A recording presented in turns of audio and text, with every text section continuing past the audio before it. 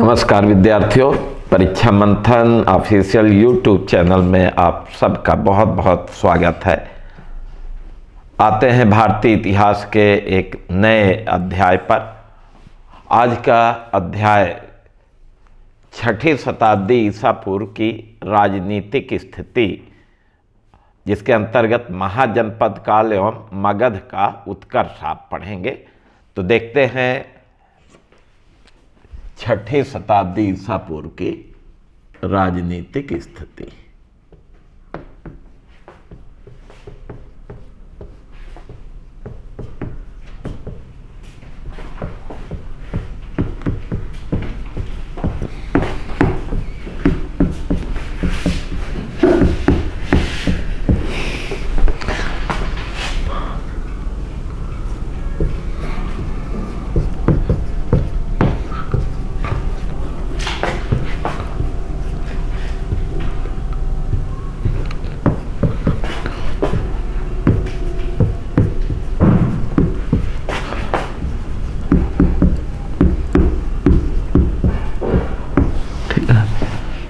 तो आज का नया टॉपिक इतिहास में छठी शताब्दी ईसा पूर्व की राजनीतिक स्थिति, जिसके अंतर्गत आप पढ़ेंगे महाजनपद काल एवं मगध का उत्कर्ष।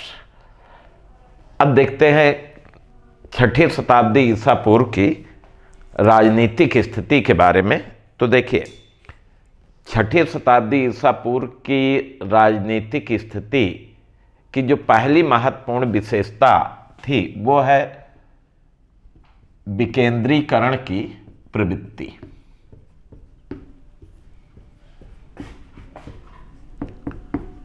यानी इस काल के राजनीतिक व्यवस्था में अगर देखें तो ये पहली महत्वपूर्ण विशेषता मिलेगी, विकेंद्रीकरण की प्रवृत्ति। जिसका तात्पर्य यह है कि इस समय भारत कोई एक सार्वभौम सत्ता के अधीन नहीं था, बल्कि पूरा भारत छोटे छोटे अनेक राज्यों में विभक्त था। अनेक प्रशासकीय इकाइयां होती थीं। दूसरी चीज़ ये है कि छोटे छोटे ये जो राज्य थे ये आपस में लड़ते रहते थे, आपस में संघर्ष करते रहते थे। जो बड़े राज्य हैं वो अपने, जो शक्तिशाली राज्य हैं वो अपने राज्य के विस्तार के लिए संघर्ष कर रहे थे, और जो कमजोर राज्य थे वो अपने को बचाने के लिए संघर्ष कर रहे थे।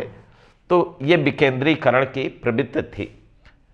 और एक तरह से अगर देखा जाए तो यह काल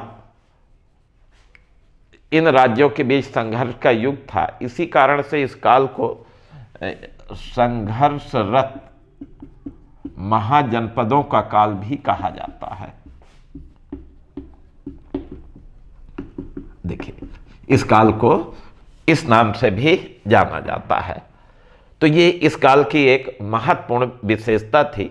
यद्यपि इस विशेषता के बावजूद भी अगर देखें तो इसी काल में केंद्रीकरण की एक शुरुआत भी हो जाती है। केंद्रीकरण के प्रयत्न की शुरुआत इस काल से हो जाती है। दूसरी चीज़ अगर देखें शासन के स्वरूप के स्तर पर, तो इस काल में आपको राजतंत्र भी मिलेंगे और गणतंत्र राज्य भी मिलेंगे। यानी ये दो प्रकार के शासन स्वरूप देखने को मिलेंगे, राजतंत्र और गणतंत्र। तो ये इस काल की प्रमुख विशेषता थी। अब हम सीधे महाजनपदों की तरफ रुख करते हैं।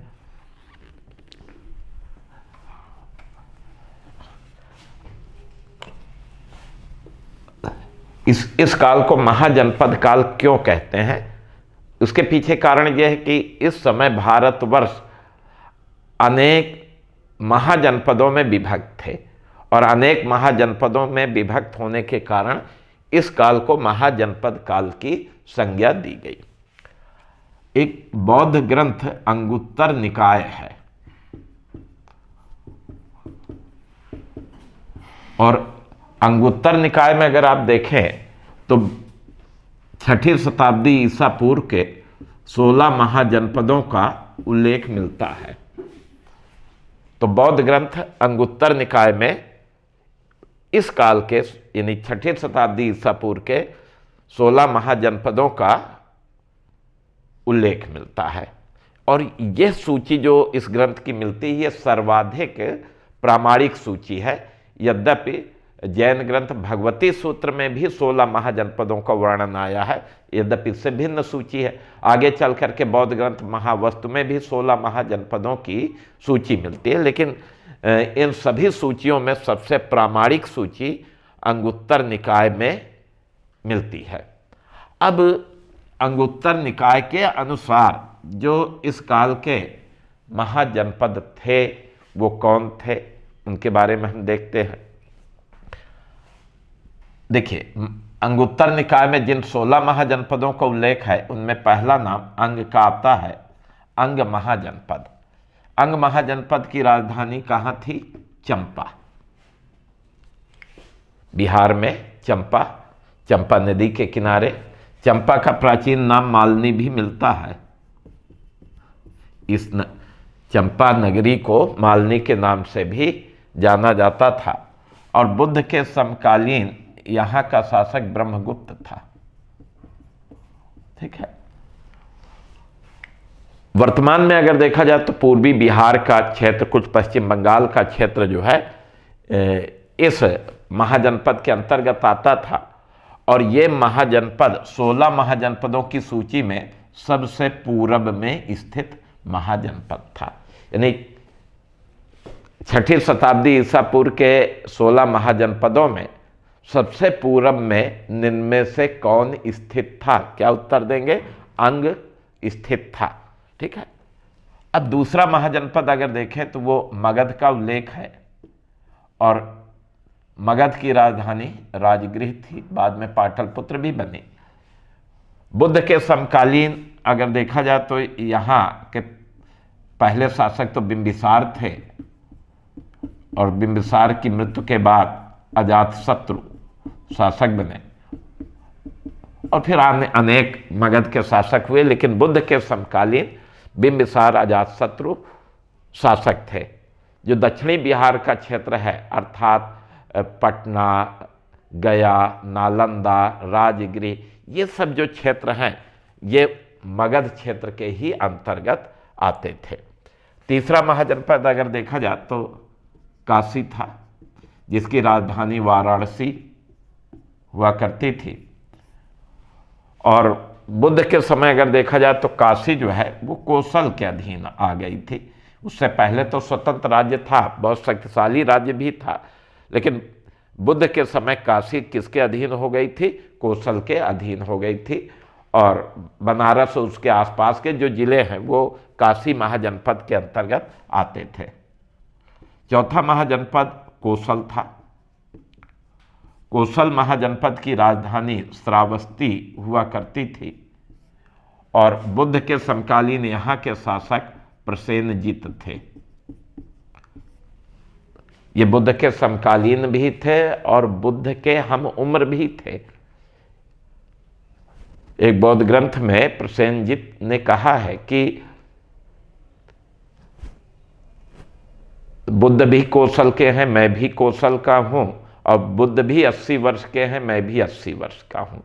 इसका मतलब है कि एक ही उम्र के बुद्ध और प्रसेनजित दोनों एक ही उम्र के थे। यहाँ प्रश्न भी बनता है कि बुद्ध जो है इनमें से किस राजा के हम उम्र थे, एक ही उम्र के थे, तो वो प्रसेनजित। तो ये कौशल राज्य था जिसकी राजधानी श्रावस्ती थी। और ये आपका जो है अयोध्या, फैजाबाद, अर्थात आगे अंबेडकर नगर, श्रावस्ती, ये सारे क्षेत्र जो है ये कौशल राज्य के अंतर्गत थे। इसके अतिरिक्त आप देखेंगे कि वज्र संघ का उल्लेख आता है। और ये वज्र संघ जो है वास्तव में ये 8 गणराज्यों का संघ था। 8 गणराज्यों का संघ जिनका केंद्र वैशाली था। यानी वज्जियों की राजधानी अगर पूछी जाए तो वो वैशाली थी। और बुद्ध के समकालीन वैशाली का शासक चेटक था, इसका उल्लेख आता है। तो ये उत्तर पूर्वी बिहार का जो क्षेत्र है वो वज्र संघ के छोटे छोटे गणराज्य वैशाली आदि इसी के अंतर्गत आते थे। फिर छठा मल्ल संघ था, और मल्ल संघ के बारे में अगर देखें तो मल्ल संघ की दो शाखाएं हुआ करती थी। एक शाखा पावा से शासन करते थे तो पावा के मल्ल कहलाए, और दूसरी शाखा कुशीनारा से शासन करती थी तो ये कुशीनारा के मल्ल कहलाए। तो ये आपके पूर्वी उत्तर प्रदेश में थोड़ा बिहार का क्षेत्र लेकर के ये मल्लों का उदय हुआ था। और यहाँ आप देखेंगे कि पावा के मल्ल शासक शस्तिपाल का उल्लेख मिलता है कि ये बुद्ध और महावीर स्वामी के समकालीन पावा में ये शासक थे। इसके अतिरिक्त अगर देखा जाए तो चेदी राज्य का उल्लेख मिलता है। चेदी महाजनपद, चेद महाजनपद की राजधानी शक्तिमती थी, जिसे सोथवती के नाम से भी जाना जाता है। ये तो चेद महाजनपद शक्तिमती या सोथवती राजधानी थी। अब यहाँ के बुद्धकालीन किसी राजा की चर्चा तो नहीं मिलती। वर्तमान में चेदी राज्य को अगर खोजना है तो बुंदेलखंड का जो क्षेत्र है, तो बुंदेलखंड ही उस काल का चेदी राज्य हुआ करता था। महाभारत में भी चेदी राज्य का वर्णन है, और महाभारत में चेदी राज्य के शासक शिशुपाल का वर्णन है। इसी तरह आप देखेंगे कि अगला यानी 8वां महाजनपद वत्स राज्य था। वत्स राज्य की राजधानी कौशाम्बी थी, और बुद्ध के समकालीन यहाँ का शासक उदयन था। 16 महाजनपदों में एक शक्तिशाली राज्य था ये वत्स राज्य, जिसकी राजधानी कौशाम्बी। बुद्ध के समकालीन यहाँ का शासक उदयन था। वत्स राज्य को अगर देखा जाए तो प्रयागराज, कौशाम्बी, फतेहपुर, ये सब जो क्षेत्र हैं ये सब वत्स राज्य के अंतर्गत आता था। इनके अतिरिक्त अगर आप देखेंगे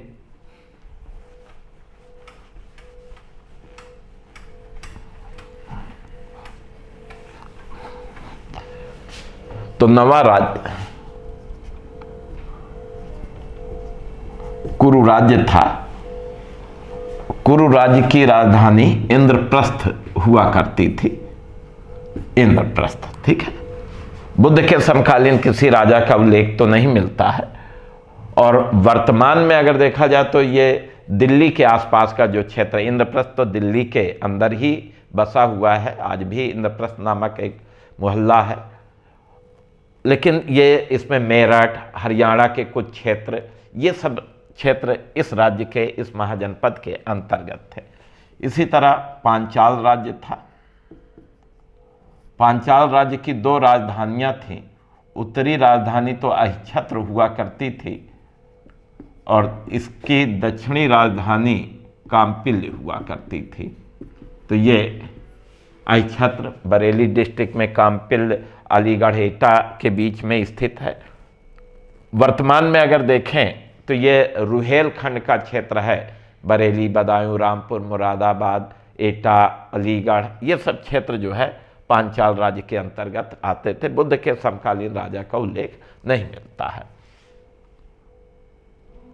अब 11वां मत्स्य राज्य है। मत्स्य राज्य की राजधानी विराटनगर थी। विराटनगर, बुद्ध के समकालीन किसी राजा का उल्लेख तो नहीं मिलता, लेकिन मत्स्य राज्य जो है वर्तमान में राजस्थान के अंतर्गत आता था। जयपुर और उसके आसपास के क्षेत्रों में ये मत्स्य राज्य स्थित था। 12वां अगर देखा जाए तो सूरसेन राज्य था। सूरसेन की राजधानी मथुरा थी, ठीक है। तो ये मथुरा के आसपास के जो जिले थे वो सूरसेन राज्य के अंतर्गत आते थे। 13वां राज्य अगर देखा जाए तो आपका अस्मक राज्य था, जिसकी राजधानी पोतन या पोटली हुआ करती थी, और ये गोदावरी घाटी में स्थित राज्य था। बुद्ध के समकालीन किसी राजा का उल्लेख नहीं मिलता। और सबसे महत्वपूर्ण बात यह है कि यह 16 महाजनपदों में सबसे दक्षिण में स्थित राज्य था। सबसे पश्चिम में ये आपका मत्स्य राज्य था, ये सबसे पश्चिम में स्थित था। सबसे पूर्व हम बता ही चुके हैं अंग राज्य था, सबसे पश्चिम में मत्स्य राज्य था और सबसे दक्षिण में अस्मक राज्य था। ये गोदावरी घाटी वर्तमान में महाराष्ट्र और आंध्र प्रदेश का क्षेत्र। 14वां महाजनपद के अंतर्गत अगर आप देखें तो अवंती राज्य आता है। अवंती राज्य की 2 राजधानियां थीं। उत्तरी राजधानी तो उज्जैनी थी और दक्षिणी राजधानी महिष्मती थी। ये 2 राजधानियों वाला महाजनपद था अवंती। और बुद्ध के समकालीन यहाँ का शासक चंद्रप्रद्योत या चंद्रप्रद्योत था। और 16 महाजनपदों में एक शक्तिशाली राज्य में इसकी गणना होती थी। ठीक है। इसके अतिरिक्त 15वां महाजनपद अगर देखा जाए तो वो गांधार था। गांधार राज्य की राजधानी तक्षशिला हुआ करती थी। यहां का शासक पुष्कर सारीन था। तो पश्चिमोत्तर सीमा में ये स्थित गांधार राज्य था। वर्तमान में पाकिस्तान का जो क्षेत्र है वो गांधार राज्य के अंतर्गत था। तक्षशिला भी वर्तमान में पाकिस्तान में स्थित है। और अंतिम महाजनपद यानी 16वां महाजनपद काम्बोज था। काम्बोज राज्य की राजधानी हाटक थी या राजपुर थी। और ये सबसे उत्तर में स्थित राज्य था। 16 महाजनपदों में सबसे उत्तर में कौन स्थित है? वो काम्बोज राज्य था। और इसका वर्तमान में अगर देखें तो अफगानिस्तान का ये क्षेत्र था। तो इस तरह से आप देखेंगे कि अंगुत्तर निकाय, बौद्ध ग्रंथ अंगुत्तर निकाय में जिन 16 महाजनपदों का उल्लेख है, किस क्रम में है, वो क्रम हमने बताया। उस समय उन महाजनपदों की राजधानी कौन थी, और यदि बुद्ध के समकालीन किसी राजा का वर्णन आया है तो हमने उस राजा की भी चर्चा की। वर्तमान में ये क्षेत्र कहाँ मिलेंगे, इन क्षेत्र को ढूंढा जाए तो किस क्षेत्र में ढूंढा जाए, तो उनकी भी हमने चर्चा की। और इनको आपको याद भी रखना है, ध्यान भी रखना है, क्योंकि सीधे सीधे प्रश्न भी किसी महाजनपद की राजधानी पूछते हैं, नंबर 1। नंबर 2, 4 महाजनपद और उनकी राजधानियां दे देने के बाद सुमेल कराते हैं। तो इस तरह के क्वेश्चन करने के लिए आपको इन्हें याद रखना पड़ेगा और इसके लिए थोड़ा प्रयत्न भी करना पड़ेगा। तो ये हमने आपको 16 महाजनपदों का उल्लेख किया है। अब इन 16 महाजनपदों के अंतर्गत कुछ राजतंत्र थे और कुछ गणतंत्र राज्य थे।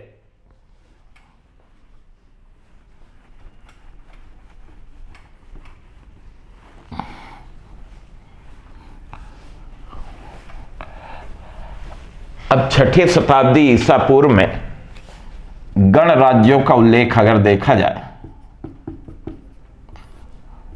6ठी शताब्दी ईसा पूर्व के गणराज्य, तो देखिए 6ठी शताब्दी ईसा पूर्व में अनेक गणराज्यों का उदय हुआ था।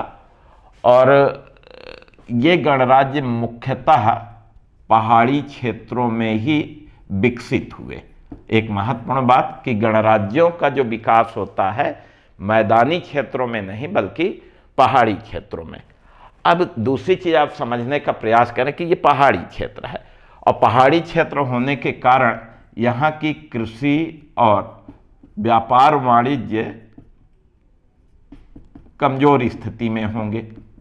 और जब ये दोनों कमजोर होंगे तो इसका मतलब है कि गणराज्यों की अर्थव्यवस्था भी कमजोर होगी। और जब अर्थव्यवस्था कमजोर होगी तो सैन्य व्यवस्था आदि भी कमजोर होगी। और यही कारण है कि आप देखेंगे कि 16 महाजनपदों के बीच जब संघर्ष हुआ तो उनमें एक भी गणराज्य उस संघर्ष में आगे नहीं बढ़ पाया कि साम्राज्य विस्तार के लिए आगे बढ़ा हो। धीरे धीरे ये गणराज्य पराजित होते गए और शक्तिशाली राज्यों के अंदर विलय कर लिए गए। तो विलय के पीछे एक कारण इनकी भौगोलिक स्थिति को भी देखा जा सकता है। अब बुद्ध के समय के प्रमुख गणराज्यों में अगर देखें तो एक महत्वपूर्ण गणराज्य वैशाली था, वैशाली गणराज्य, ठीक है। और यहां पर किस वंश का शासन हुआ करता था? लिच्छवी वंश का शासन था। वैशाली में लिच्छवी वंश। और दूसरी महत्वपूर्ण चीज यह है कि यह विश्व का प्राचीनतम गणराज्य है। लिच्छवियों ने ही सर्वप्रथम वैशाली में गणतंत्र शासन की स्थापना की, तो इस बिंदु को भी आपको ध्यान में रखना है। अन्य गणराज्यों में देखिए कपिलवस्तु, ये भी एक गणराज्य था। कपिलवस्तु में किस वंश का शासन था? शाक्य वंश। महात्मा बुद्ध का संबंध इसी शाक्य वंश से था। फिर आप देखेंगे कि कुंडग्राम, ये भी एक गणराज्य था और यहां पर ज्ञात्रिक वंश का शासन था और महावीर स्वामी का संबंध इसी कुंडग्राम से था। इसके अतिरिक्त मिथिला, ये भी एक गणराज्य था और यहां पर विदेह वंश का शासन था। पावा, ये भी गणराज्य था जहां मल्लों का शासन था। कुशीनारा, ये भी एक गणराज्य था, यहाँ भी मल्लों का शासन था। रामगाम, ये एक गणराज्य था। रामगाम में कोली वंश का शासन था। और पिप्पलवन भी इस समय का एक गणराज्य था जहां मौर्य वंश का शासन था। इनके अतिरिक्त आप देखेंगे कि केशपुत्र, ये एक गणराज्य था जहां कलाम वंश का शासन था। वेष्ट द्वीप, ये भी एक गणराज्य था, यहां ब्राह्मण वंश का शासन था। और अलकप, यहां पर बुली वंश का शासन था। तो इस तरह से अगर आप देखें तो ये बुद्ध के समकालीन कुछ गणराज्यों की सूची है और किस गणराज्य में किस वंश का शासन था ये भी ध्यान में रखना है। और चूंकि इसमें भी सुमेल कराने के लिए प्रश्न आते हैं तो आपके पेपर में 4 गणराज्य वंश का नाम दे देंगे, किस गणराज्य में किस वंश का शासन था ये भी आपको ध्यान में रखना है। तो बुद्ध के समकालीन इन गणराज्यों की भी हमने चर्चा की।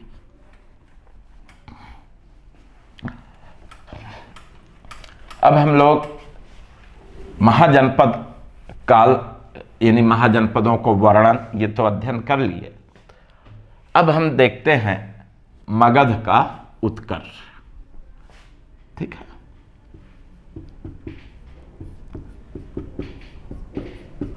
इसी टॉपिक के अंतर्गत 6वीं शताब्दी ईसा पूर्व की राजनीतिक स्थिति के ही अंतर्गत हम मगध के उत्कर्ष को देखेंगे। 16 महाजनपदों को आपने देखा। इन 16 महाजनपद में आप अगर आप देखें तो 4 महाजनपद बड़े शक्तिशाली थे। इनमें मगध, अवंती, कोसल और वत्स, ये 4 महाजनपद थे जो अपेक्षाकृत शक्तिशाली थे। और यही चारों महाजनपद साम्राज्य विस्तार के लिए आगे आते हैं। इनमें अगर आप देखें तो वत्स राज्य पिछड़ जाता है, फिर आगे कोसल राज्य भी पिछड़ जाता है। मगध और अवंती में काफ़ी लंबा संघर्ष चला, अंत में अवंती भी मगध में मिला लिया जाता है। और वास्तव में साम्राज्य विस्तार में के क्रम में ये मगध को ही अंतिम सफलता मिलती है। छोटे छोटे जो भी सारे गणराज्य थे उनको जीत करके मगध एक साम्राज्य का रूप धारण कर लेता है। अब प्रश्न आता है कि मगध का उत्कर्ष हुआ, मगध एक साम्राज्य सत्ता का रूप धारण कर सका, इसके पीछे क्या कारण थे? तो मगध के उत्कर्ष के लिए अगर देखा जाए तो कई कारण थे।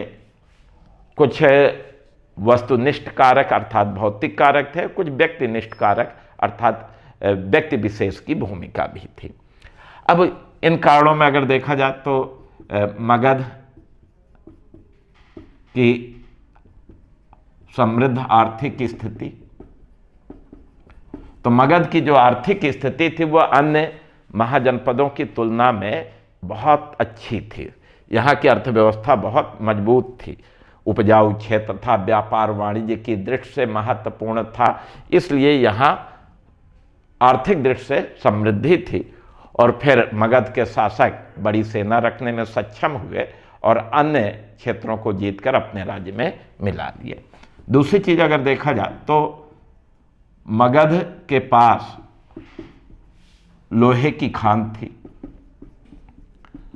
तो मगध क्षेत्र में या मगध राज्य के अंतर्गत लोहे की खान होने से आप ये देखेंगे कि मगध को जब लोहा खुद उपलब्ध है तो इससे मजबूत अस्त्र शस्त्र का निर्माण कर सके, उद्योगों का विकास हो सका। तो इन मजबूत अस्त्र शस्त्र इनके पास हो गए तो दूसरे राज्यों की तुलना में इनकी शक्ति बढ़ गई और फिर ये अन्य क्षेत्रों को जीतकर अपने साम्राज्य में मिला लेते हैं। तीसरी चीज अगर देखा जाए तो मगध के जंगलों में हाथियों की उपलब्धता, ये देखेंगे। अब मगध के जंगलों में हाथी उपलब्ध थे और आप देखेंगे कि इस समय तक हाथी को पालतू भी बना लिया गया। और सबसे महत्वपूर्ण बात यह है कि अब हाथी को युद्ध के लिए भी प्रशिक्षित किया गया और मगध पहला राज्य था जिसने युद्ध में हाथियों का प्रयोग किया। परिणाम क्या हुआ कि अन्य राज्यों की तुलना में इसकी सैन्य शक्ति बढ़ जाती है। अन्य राज्यों के पास सेना में हाथी नहीं थे, इसके पास हाथी थे, इस कारण से भी ये विजयी हो गया। फिर मगध की राजधानियों की भौगोलिक स्थिति, अब देखिए मगध की प्रारंभिक राजधानी राजगृह थी और राजगृह की भौगोलिक स्थिति बहुत सुदृढ़ थी। ये 5 पहाड़ियों से घिरी हुई नगरी थी। एक तरह से ये राजधानी अभेद्य दुर्ग थी और यहाँ शत्रुओं का पहुँचना कठिन था। तो राजगृह बहुत ही सुरक्षित रही है और इस कारण जो है राजाओं को अपनी राजधानी छोड़ करके अन्य राज्यों पर आक्रमण करने की प्रेरणा मिली, क्योंकि वो जानते थे कि हमारी राजधानी सुरक्षित है। बाद में आप देखेंगे कि मगध की राजधानी पाटलिपुत्र बनी। ये भी अति सुरक्षित राजधानी थी, अनेक नदियों से घिरी हुई राजधानी थी। तो इनके कारण भी मगध अन्य राज्यों की तुलना में आगे बढ़ गया। फिर आप देखेंगे कि मगध के महत्वाकांक्षी शासक, तो मगध इस रूप में बड़ा भाग्यशाली था कि मगध को एक नहीं अनेकों महत्वाकांक्षी योग्य कूटनीतिज्ञ साम्राज्यवादी शासक मिले। बिंबिसार, अजातशत्रु, शिशुनाग, महापद्मनंद, चंद्रगुप्त, बिंदुसार, अशोक, ये सब बहुत ही योग्य शासक मगध को मिले और इन शासकों ने अपनी योग्यता से मगध को चरमोत्कर्ष पे पहुंचा दिया। मगध एक साम्राज्य का रूप धारण कर लिया। तो इस तरह से हम देखते हैं कि मगध 16 महाजनपदों में सबसे आगे क्यों निकल गया, उसके पीछे ये महत्वपूर्ण कारण थे। अब हम आगे बढ़ते हैं और आपको मगध का जो राजवंश हुए उनके बारे में चर्चा करते हैं। मगध के राजवंशों के बारे में, तो मगध के राजवंश के बारे में चर्चा करते हैं।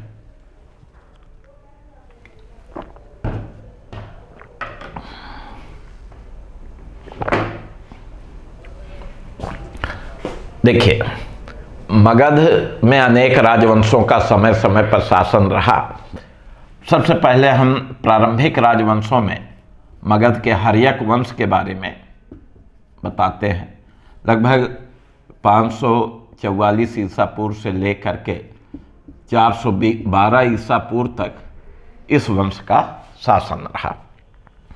अब मगध के में जो हर्यक वंश स्थापित हुआ, इसका प्रथम शासक, इस वंश का संस्थापक बिंबिसार था। यहां से 544 से लेकर के लगभग 492 ईसा पूर्व तक ये शासक रहा। तो हर्यक वंश का प्रथम शासक, इस वंश का संस्थापक बिंबिसार है। बिंबिसार ने राजगृह को अपनी राजधानी बनाई और यहीं से शासन करना प्रारंभ किया। ठीक है, तो बिंबिसार की राजधानी कहाँ थी? राजगृह थी। एक तो ये महत्वपूर्ण चीज। दूसरी चीज, बिंबिसार अपनी शक्ति को बढ़ाने के लिए वैवाहिक एवं मैत्रीपूर्ण संबंधों पर बल दिया। किन चीजों पर बल दिया? वैवाहिक एवं मैत्रीपूर्ण संबंधों पर। इनके माध्यम से इसने अपनी शक्ति बढ़ाने का प्रयास किया। अब वैवाहिक संबंधों में अगर आप देखें तो बिंबिसार ने कौशल के शासक महाकौशल की पुत्री या प्रसेनजीत की बहन कौशल देवी से विवाह किया। अब देखिए, कौशल जैसे शक्तिशाली राज्य के साथ ये वैवाहिक संबंध स्थापित करता है, तो इसका समर्थन भी इसे मिला। इतना ही नहीं, इस विवाह के उपलक्ष्य में जो काशी ग्राम की आमदनी थी, लगभग 1 लाख मुद्रा प्रतिवर्ष, वो भी दहेज के रूप में मगध को प्राप्त हो जाती है। तो आर्थिक लाभ भी प्राप्त हो गया। इसी तरह आप देखेंगे कि बिंबिसार ने वैशाली के शासक चेटक, लिच्छवी वंश के शासक थे, इनकी पुत्री चिल्लना से भी विवाह किया। और इस तरह से आप देखेंगे कि वज्जियों का समर्थन भी इसे मिल गया। वज्जी संघ 8 गणराज्यों का संघ था, जिसका हेड वैशाली का शासक होता था। तो वैशाली के साथ वैवाहिक संबंध। इसी तरह मध्य देश की राजकुमारी क्षेमा या खेमा के साथ भी विवाह किया। बिंबिसार की यही पत्नी बौद्ध भिक्षुणी हो गई थी, ये भी ध्यान में रखिए। तो अनेक राज्यों के साथ इसने वैवाहिक संबंध स्थापित करके अपनी स्थिति को मजबूत करता है।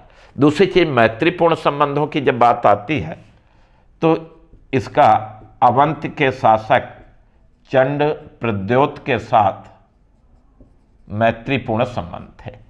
अब इस मैत्रीपूर्ण संबंध की पुष्टि अगर देखें तो इस रूप में होती है कि एक बार चंड प्रद्योत पांडु रोग से या पीलिया से, जॉन्डिस से ग्रस्त हो गया था। तो जब इसकी सूचना बिंबिसार को मिली तो बिंबिसार ने अपने राजवैद्य जीवक को इसके चिकित्सा के लिए इसकी राजधानी उज्जैनी भेजा और जीवक ने इसका सफल इलाज करके वापस आया। तो यहाँ से इसके मैत्रीपूर्ण संबंधों की हमें जानकारी मिलती है। अब जब वैवाहिक मैत्रीपूर्ण संबंध से ये अपनी स्थिति मजबूत कर लेता है, उसके बाद फिर आप देखेंगे कि इसने अंग विजय की और बिंबिसार ने सर्वप्रथम अंग पर आक्रमण किया और यहाँ के शासक ब्रह्मगुप्त को पराजित करके इसका वध कर दिया और अंग राज्य को मगध में मिला लिया। ये मगध की पहली विजय, बिंबिसार की पहली विजय है और साथ में अंग विजय के साथ ही मगध का साम्राज्य विस्तार प्रारंभ होता है। बिंबिसार बौद्ध धर्म का अनुयायी था, महात्मा बुद्ध का शिष्य था, यद्यपि यह जैन धर्म में भी आस्था रखता था। तो इस तरह से आप देखेंगे कि यह हर्यक वंश का पहला शासक हुआ बिंबिसार। अब बिंबिसार के बाद इसका पुत्र अजातशत्रु शासक हुआ और 492 से 461 ईसा पूर्व तक इसका शासन रहा। अजातशत्रु अपने पिता बिंबिसार की हत्या करके शासक बनता है। तो ये पिता का हत्यारा है, पितृहंता है, ठीक है। पिता की हत्या करके ये गद्दी प्राप्त की। दूसरी चीज ये है कि अजातशत्रु मगध का शासक बनने से पहले अंग का गवर्नर भी रह चुका था, ठीक है। शासक बनने के बाद सबसे पहले इसने कौशल पर आक्रमण किया और कोसल के शासक प्रसेनजित से इसका युद्ध हुआ। एक युद्ध में तो अजातशत्रु विजयी हुआ, लेकिन दूसरे युद्ध में प्रसेनजित विजयी हो जाता है और अंततः दोनों में संधि हो गई। और संधि के अनुसार प्रसेनजित अपनी पुत्री वज्जिरा का विवाह जो है वो अजातशत्रु के साथ कर दिया, और इस तरह से आप देखेंगे दोनों में समझौता हो गया। युद्ध भी यह हुआ और युद्ध के बाद वैवाहिक संबंधों के माध्यम से समझौता। अब दूसरा युद्ध वैशाली के साथ युद्ध। अजातशत्रु का यह सबसे महत्वपूर्ण युद्ध माना जाता है वैशाली के साथ युद्ध। वैशाली 8 गणराज्यों का संघ था। सबसे पहले अजातशत्रु ने अपने एक मंत्री वर्षकार को वैशाली भेज करके इन वज्र संघ में फूट डलवा दी, और जब फूट पड़ गई तब अजातशत्रु ने वैशाली पर आक्रमण किया। वैशाली के शासक चेतक थे, इनके साथ युद्ध हुआ। ऐसा माना जाता है कि 16 वर्षों तक ये युद्ध चला। इसी युद्ध में अजातशत्रु ने 2 गुप्त युद्धास्त्रों का पहली बार प्रयोग किया था, और ये थे रथमूसल और महाशिलाकंटक। ठीक है, तो ये 2 गुप्त युद्धास्त्रों का प्रयोग अजातशत्रु ने किस युद्ध में किया था, बहुत इंपॉर्टेंट है। उत्तर होगा वैशाली के युद्ध में। ठीक है, और इस तरह से आप देखेंगे कि 16 वर्षों के युद्ध के बाद युद्ध में चेतक पराजित हो जाता है और वैशाली को मगध में मिला लिया जाता है। तो अजातशत्रु ने वैशाली को जीत करके मगध में उसे मिला लिया। तो ये महत्वपूर्ण उपलब्धि रही। बाकी अजातशत्रु अवंती नरेश चंड प्रद्योत के भय से अपनी राजधानी राजगृह का दुर्गीकरण भी कराया। तो राजगृह का दुर्गीकरण किसने कराया था? अजातशत्रु ने कराया था। अजातशत्रु के समय के कुछ अन्य घटनाओं में अगर देखें तो इसके समय में बुद्ध और महावीर स्वामी दोनों की मृत्यु हुई। इसी के समय में प्रथम बौद्ध संगीत का आयोजन हुआ, कल हमने बताया, लास्ट लेक्चर में हमने बताया भी था। और फिर आप देखेंगे कि अजातशत्रु जैन धर्म का अनुयायी था, लेकिन महात्मा बुद्ध के प्रति भी बहुत आदर भाव श्रद्धा रखता था। तो इस तरह से आप देखेंगे कि ये दूसरा महत्वपूर्ण शासक अजातशत्रु हुआ। अब अजातशत्रु के बाद अगर देखें तो इसका पुत्र उदयन मगध का शासक बना। 461 से 445 ईसा पूर्व तक इसका शासन रहा। यह भी अपने पिता अजातशत्रु की हत्या करके गद्दी पर बैठा, और इसके समय की कोई सैन्य विजय या अन्य सामरिक उपलब्धियां नहीं है, लेकिन इसका एक महत्वपूर्ण कार्य है कि इसने राजगृह के स्थान पर पाटलिपुत्र को अपनी राजधानी बनाई। तो मगध के किस शासक ने राजगृह के स्थान पर पाटलिपुत्र को राजधानी बनाई? तो उत्तर होगा उदयन। अब आगे अगर आप देखें तो इसके बाद फिर कोई महत्वपूर्ण शासक नहीं हुए। उदयन के बाद अनिरुद्ध, मुंड और नागदासक, ये 3 मगध के शासकों का उल्लेख आता है कि उदयन के बाद अनिरुद्ध, मुंड और नागदासक, ये 3 राजा हुए। और इन तीनों को भी पिता का हत्यारा यानी पितृहंता माना गया है। यानी ये पूरा वंश ही, हर्यक वंश को भी पितृहंता वंश कहा जाता है, क्योंकि सब शासकों ने अपने पिता की हत्या करके गद्दी प्राप्त की। इस वंश का अंतिम शासक नागदासक था। लगभग 412 ईसा पूर्व में इसका एक अमात्य मंत्री अथवा उच्च पदाधिकारी शिशुनाग था, और शिशुनाग ने नागदासक को गद्दी से अपदस्थ कर दिया, गद्दी से हटा दिया और स्वयं मगध का शासक बन गया। और इस तरह से मगध से हर्यक वंश का अंत हो गया। तो देखिए, हर्यक वंश आपने पढ़ लिया, और इस हर्यक वंश में बिंबिसार विशेष रूप से महत्वपूर्ण है। राजगृह राजधानी वैवाहिक संबंध किन महत्वपूर्ण राज्यों से, खासकर मैत्री संबंध अवंत नरेश चंड प्रद्योत के साथ, अपने राजवैद्य जीवक को उसके इलाज के लिए भेजना, अंग विजय महत्वपूर्ण विजय क्योंकि ये प्रथम विजय है, यहीं से साम्राज्य विस्तार शुरू हो जाता है। फिर अजातशत्रु पिता की हत्यारा, फिर कौशल से युद्ध, और महत्वपूर्ण है वैशाली विजय। इसी युद्ध में रथमूसल और महाशिलाकंटक नामक गुप्त युद्धास्त्रों का प्रयोग किया। ठीक है, उदयन राजगृह के स्थान पर पाटलिपुत्र राजधानी बनाई। अब आगे अगर देखा जाए तो अगला राजवंश शिशुनाग वंश था। 412 से लेकर 344 ईसा पूर्व तक मगध पर इस वंश के शासकों ने शासन किया था। तो अब आप देखते हैं शिशुनाग वंश।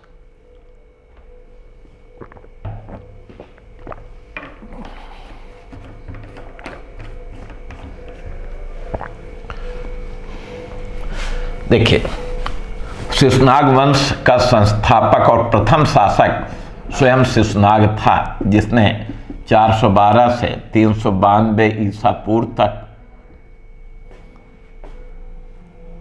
394 ईसा पूर्व तक शासन किया। ठीक है, ये इस वंश का पहला शासक था। इसके संदर्भ में दो बातें ही महत्वपूर्ण है। पहली बात तो इसने पाटलिपुत्र के स्थान पर वैशाली को अपनी राजधानी बनाई। याद रखिएगा, कौन सा मगध का शासक था जिसने पाटलिपुत्र के स्थान पर वैशाली को अपनी राजधानी बनाई? उत्तर क्या देंगे? शिशुनाग। तो ये महत्वपूर्ण पॉइंट है। दूसरी चीज, शिशुनाग ने अवंती विजय की, एक बड़ी विजय। इसने अवंत पर आक्रमण किया और यहां के शासक अवंतिवर्धन को पराजित करके अवंती को मगध साम्राज्य में मिला लिया। ठीक है, तो ये दो महत्वपूर्ण कार्य हैं। तो दोनों इंपॉर्टेंट है। वैशाली को किसने राजधानी बनाई? किस मगध के शासक ने अवंती की विजय की थी? उत्तर होगा शिशुनाग। शिशुनाग के बाद अगला शासक कालाशोक था। इसे काकवर्ण के नाम से भी जाना जाता है, जो 394 से लेकर 366 ईसा पूर्व तक शासन किया। कुछ समय तक तो इसने वैशाली से शासन किया था, लेकिन बाद में इसने पुनः पाटलिपुत्र को राजधानी बनाई। एक तो ये चीज, इसने पुनः पाटलिपुत्र को अपनी राजधानी बना दी। इसके समय में द्वितीय बौद्ध संगीत का आयोजन। प्रथम बौद्ध संगीत अजातशत्रु के काल में राजगृह में हुई थी, और द्वितीय बौद्ध संगीत का आयोजन कालाशोक के समय में वैशाली में हुई। ठीक है, कल का लेक्चर देखेंगे, उसमें भी मिलेगा ये। अब कालाशोक 366 में इसकी हत्या कर दी गई। इसके बाद तो इस वंश में 10 राजा हुए जो 22 वर्षों तक शासन किए, लेकिन उनमें कोई भी महत्वपूर्ण नहीं हो सका। ठीक है, इस वंश का अंतिम शासक नंदिवर्धन था, जो अपने एक सेवक के द्वारा मारा गया। इसकी भी हत्या कर दी गई, और फिर इसके बाद मगध में नंद वंश की स्थापना होती है।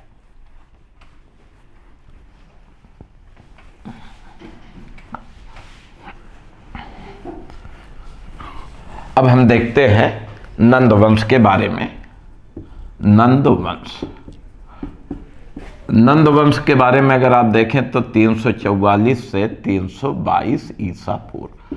अगर इनके समय पर अगर आप थोड़ा ध्यान दें तो देखेंगे कि ये मगध पर शासन करने वाला ऐसा वंश था जिसका समय सबसे कम है, मात्र 22 वर्षों का।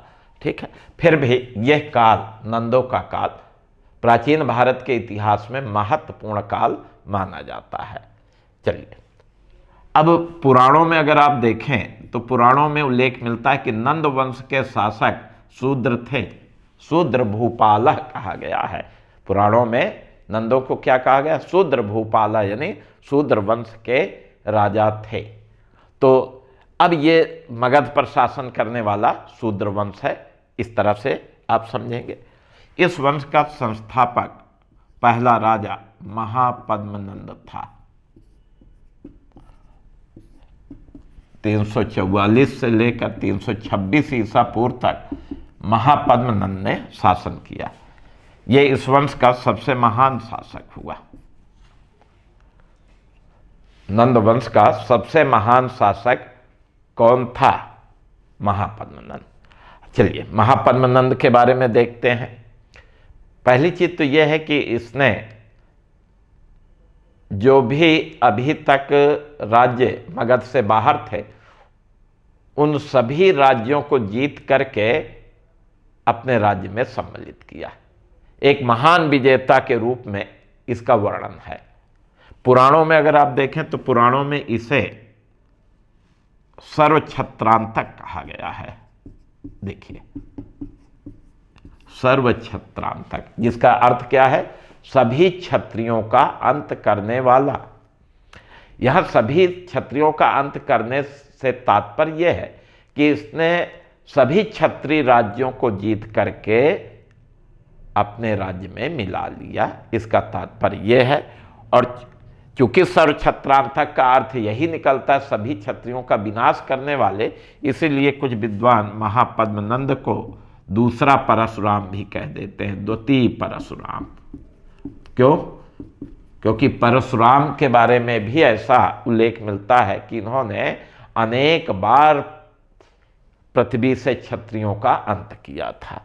तो सर्वछत्रांतक मगध के किस शासक को कहा गया है? महापद्मनंद को। ठीक है। दूसरी चीज अगर देखा जाए तो महापद्मनंद को पुराणों में एकराट भी कहा गया, यानी सर्वछत्रांतक भी है और फिर एकराट। यहां एकराट से क्या तात्पर्य है? वास्तव में एकराट का तात्पर्य यह होता है जिसका साम्राज्य एक समुद्र से लेकर के दूसरे समुद्र तक फैला हो। तो महापद्मनंद का साम्राज्य पूर्वी समुद्र से लेकर के पश्चिमी समुद्र तक फैला हुआ था, इसीलिए इसे क्या कहा गया? एकराट, समुद्र पर्यंत शासक, ऐसा भी कह सकते हैं। तो ये पुराणों में इन दो शब्दों की चर्चा के आधार पर इसका विश्लेषण इस रूप में कर सकते हैं। इससे प्रश्न भी आएगा। इसके अतिरिक्त अगर आप देखें एक महत्वपूर्ण सूचना महापद्मनंद के मौर्योत्तर कालीन कलिंग नरेश खारवेल हुए। मौर्योत्तर काल के कलिंग के राजा कौन था? खारवेल। चेदिवंश का शासक था खारवेल। खारवेल का एक अभिलेख मिलता है, हाथी गुंफा अभिलेख। ठीक है, यह है प्राकृत भाषा में लिखा गया अभिलेख है।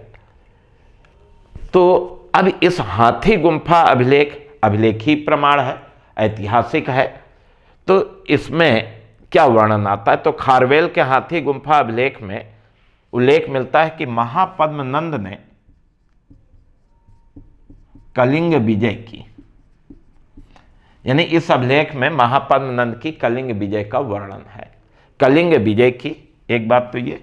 दूसरी चीज, इसने कलिंग से एक जिन मूर्ति, यानी एक जैन तीर्थकर की मूर्ति अपने साथ मगध ले आया। तो महापद्मनंद द्वारा कलिंग से एक जैन मूर्ति भी मगध लाने का उल्लेख है। एक जैन तीर्थकर की मूर्ति को ये मगध से कलिंग से मगध ले आता है। वर्तमान का जो उड़ीसा है वही प्राचीन काल में कलिंग था। ठीक है, तो ये चीज आपको ध्यान में रखना है। तीसरी चीज ये है कि इसी अभिलेख में उल्लेख मिलता है कि महापद्मनंद ने कलिंग में सिंचाई के लिए एक नहर का निर्माण भी कराया। देखिए, तो मगध के किस शासक ने कलिंग में नहर का निर्माण कराया था? उत्तर क्या देंगे? महापद्मनंद। बहुत ही इंपॉर्टेंट, बिल्कुल प्रश्न पूछा ही जाना है इससे। तो ये खारवेल के हाथी गुंफा अभिलेख में महापद्मनंद से संबंधित 3 सूचनाएं, कलिंग विजय करने की सूचना, यहां से एक जैन मूर्ति मगध ले आने की सूचना और कलिंग में एक नहर का निर्माण कराने का उल्लेख है। तो इनको याद रखना है क्योंकि बहुत इंपॉर्टेंट है, प्रश्न पूछना है। फिर आप देखेंगे कि महापद्मनंद के बारे में उल्लेख मिलता है कि इसने गोदावरी नदी के तट पर नवनंद देहरा नामक नगर बसाया। ये वर्तमान में अगर देखा जाए तो महाराष्ट्र में जो नांदेड़ है, जिला नांदेड़, तो नांदेड़ को ही ये प्राचीन काल में नवनंद देहरा, तो इसके द्वारा एक नगर भी बसाए जाने का उल्लेख है। तो ये इस वंश का महान शासक हुआ। इसके समय में मगध की सैन्य शक्ति का विस्तार हुआ, एक विशाल सेना का इसने निर्माण किया। यूनानी ग्रंथों से पता चलता है कि नंदों के पास 2 लाख सेना थी। दूसरी चीज, आर्थिक दृष्टि से इसने मगध को समृद्ध बना दिया। एक समृद्ध कोषागार की इसने स्थापना की और इसके समय में बड़े बड़े विद्वान भी पाटलिपुत्र में संरक्षण प्राप्त करते थे। वर्ष, उपवर्ष, पाणिनि जैसे विद्वान इस काल के महत्वपूर्ण विद्वान थे। तो इस तरह से आप देखेंगे कि महापद्मनंद इस वंश का एक महान शासक के रूप में सामने आता है। तो जब नंद वंश की बात करते हैं तो एक तो ये ध्यान में रखना है कि मगध का कौन सा राजवंश शूद्र वंश के थे, तो उत्तर नंद वंश। इस वंश का महान शासक महापद्मनंद। और बाकी तो 2 पॉइंट हमने आपको बता दिया, सर्वछत्रांतक और एकराट, ये महापद्मनंद को ही कहा गया। अब इसके बाद आपको हाथी गुम्फा अभिलेख खारवेल का है, और ये महापद्मनंद से बहुत बाद का राजा है खारवेल, लगभग 300 वर्ष बाद ये कलिंग का राजा हुआ था। उसके हाथी गुम्फा अभिलेख से महापद्मनंद के बारे में सूचना प्राप्त होती है। इसमें कलिंग विजय, जैन मूर्ति लाने और नहर के निर्माण का उल्लेख, इसके द्वारा एक नगर बसाने की भी चर्चा प्राप्त होती है।